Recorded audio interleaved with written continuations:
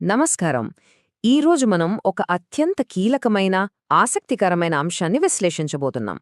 అదేంటంటే, భారతదేశంలోని ఆంధ్రప్రదేశ్ రాష్ట్రం వందలాది ప్రాజెక్టులతో నీటి నిర్వహణ అనే అతిపెద్ద సవాలును అసలు ఎలా ఎదుర్కొంటోంది అన్నది. నీరు మన ప్రాణాధారం కదా, మరి ఆ నీటిని ఒక చిన్న బొట్టు స్థాయిలో కాపాడే మైక్రోసేద్యం నుంచి ఏకంగా మహానదులనే అనుసంధానం చేసే మ్యాక్రో ప్రాజెక్టుల వరకు ఈ ప్రయాణం ఎలా సాగుతోందో ఈ విశ్లేషణలో తెలుసుకుందాం. ఇందులో దాగి ఉన్న అద్భుతమైన ఇంజనీరింగ్, ఆర్థిక కోణాలను త్రవ్వితీద్దాం. ముందుగా మనం ప్రపంచవ్యాప్తంగా అసలు వ్యవసాయంలో ఉన్న నీటి సమస్యను అర్థం చేసుకుందాం. ఆ తర్వాత ఆంధ్రప్రదేశ్ చేపట్టిన అద్భుతమైన ఏపీఎంఐపీ సూక్ష్మసేద్యం మోడల్ గురించి, ఆపై రాష్ట్ర భౌగోళిక స్వరూపాన్నే మార్చేసే జలయజ్ఞం లాంటి భారీ ప్రాజెక్టుల గురించి మాట్లాడుకుందాం. చివరగా ఈ ప్రాజెక్టులతో ముడిపడి ఉన్న జలవిద్యుత్ ఉత్పత్తి, అలాగే పొరుగు రాష్ట్రాలతో వచ్చే అంతర్రాష్ట్ర నీటి వివాదాలను కూడా చర్చిద్దాం. సరే, అసలు ప్రపంచవ్యాప్తంగా వ్యవసాయానికి, నీటికి మధ్య ఉన్న సంబంధమేంటో ఒక్కసారి చూద్దాం.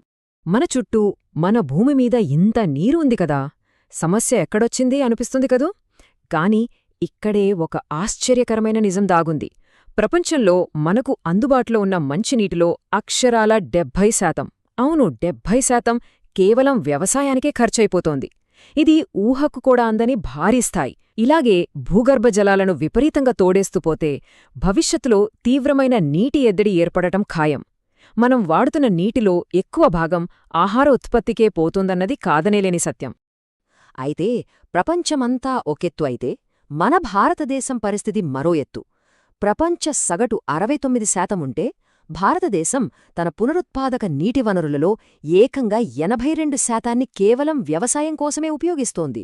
అంటే వ్యవసాయ రంగంలో నీటిని మరింత తెలివిగా, పొదుపుగా వాడుకోవడమనేది మన దేశానికి వేరే ఆప్షన్ కాదు, అది ఒక అత్యవసరం. మరి ఇంత పెద్ద సమస్యను ఆంధ్రప్రదేశ్ రాష్ట్రం సూక్ష్మస్థాయిలో ఎలా పరిష్కరిస్తోందో ఇప్పుడు చూద్దాం.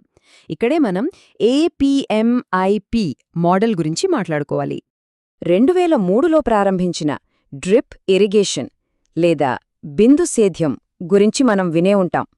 ఇది నిజంగా ఒక గేమ్ చేంజర్. మామూలుగా పొలాన్ని నీటితో ముంచెత్తితే అందులో సగానికి పైగా నీరు ఆవిరైపోతోంది కదా.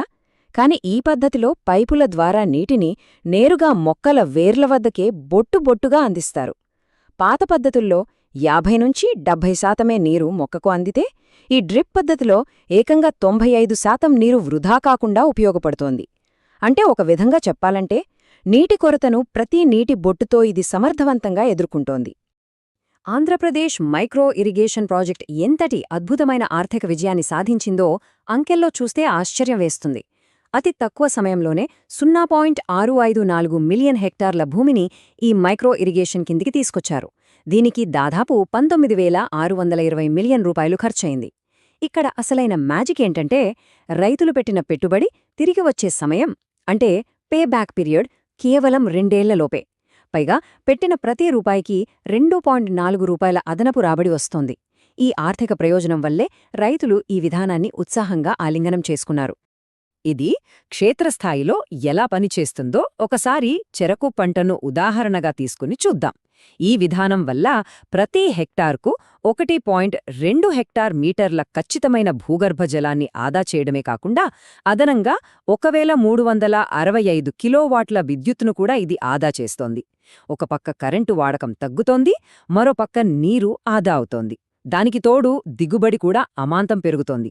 తక్కువ నీరు, తక్కువ విద్యుత్ వినియోగించి ఎక్కువ దిగుబడి సాధించడమే ఇక్కడ కీలకమైన అంశం.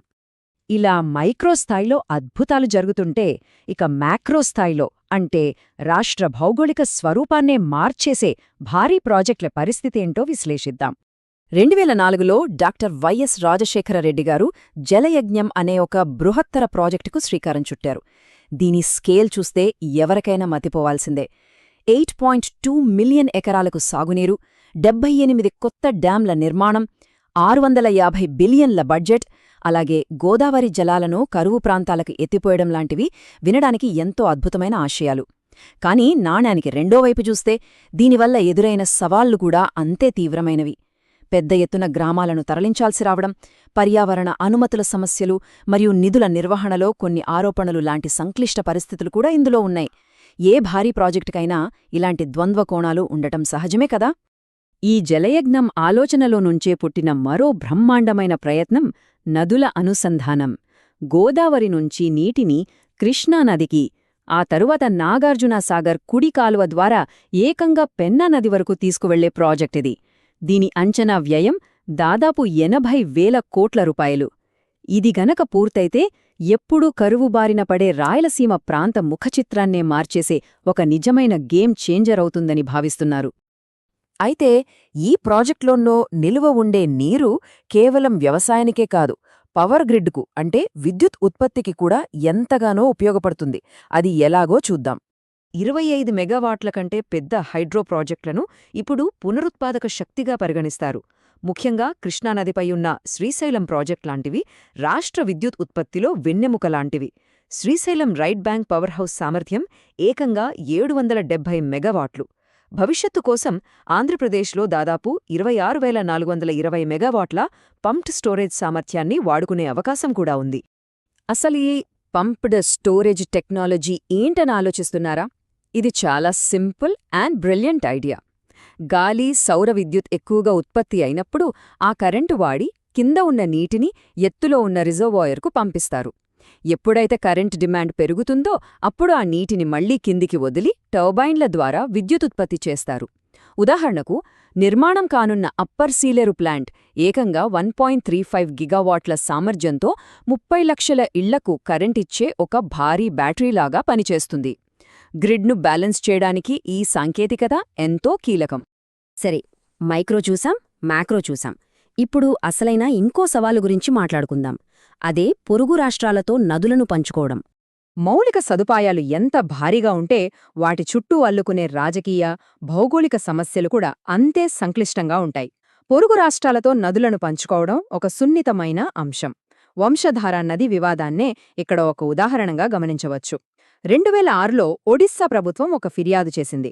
ఆంధ్రప్రదేశ్ నిర్మిస్తున్న కాలువ వల్ల నదిగర్భం ఎండిపోయి తమ ప్రాంతంలో భూగర్భ జలాలు తగ్గిపోతాయని పర్యావరణపరంగా ఒడిస్సా ఆందోళన చెందుతోంది. కాని మరోవైపు తమ రైతులకు సాగునీరు అందాలంటే నేరడి వంతెన, వరద కాలువ కట్టాల్సిన అవసరం ఖచ్చితంగా ఉందని ఆంధ్రప్రదేశ్ వాదిస్తోంది. ఈ వివాదాలు నీటిని శాస్త్రీయంగా ఎలా పంచుకోవాలన్న జాతీయ స్థాయి సవాళ్లకు అద్దం పడుతున్నాయి. సో ఇవన్నీ గమనించాక మనకైతే ఏమనిపిస్తోంది? నీటి భద్రత అనేది కేవలం ఒకే విధానంలో లేదు కదా. అది ఒక చిన్న నీటిబొట్టును ఆదా చేసే మైక్రో ఇరిగేషన్ కావచ్చు, రాష్ట్రాన్ని సస్యశ్యామలం చేసే భారీ డ్యాంల నిర్మాణం కావచ్చు, లేదా పొరుగు రాష్ట్రాలతో సామరస్యంగా మెలిగే దౌత్యం కావచ్చు. ఈ మూడూ కలిస్తేనే భవిష్యత్తులో నీటి ఎద్దడి నుంచి మనకు అసలైన రక్షణ. ఈ అద్భుతమైన జల నిర్వహణ గురించి ఈ విశ్లేషణ మనకొక కొత్త కోణాన్ని పరిచయం చేసిందని ఆశిద్దాం. తిరిగి మరో ఆసక్తికరమైన విశ్లేషణలో కలుద్దాం.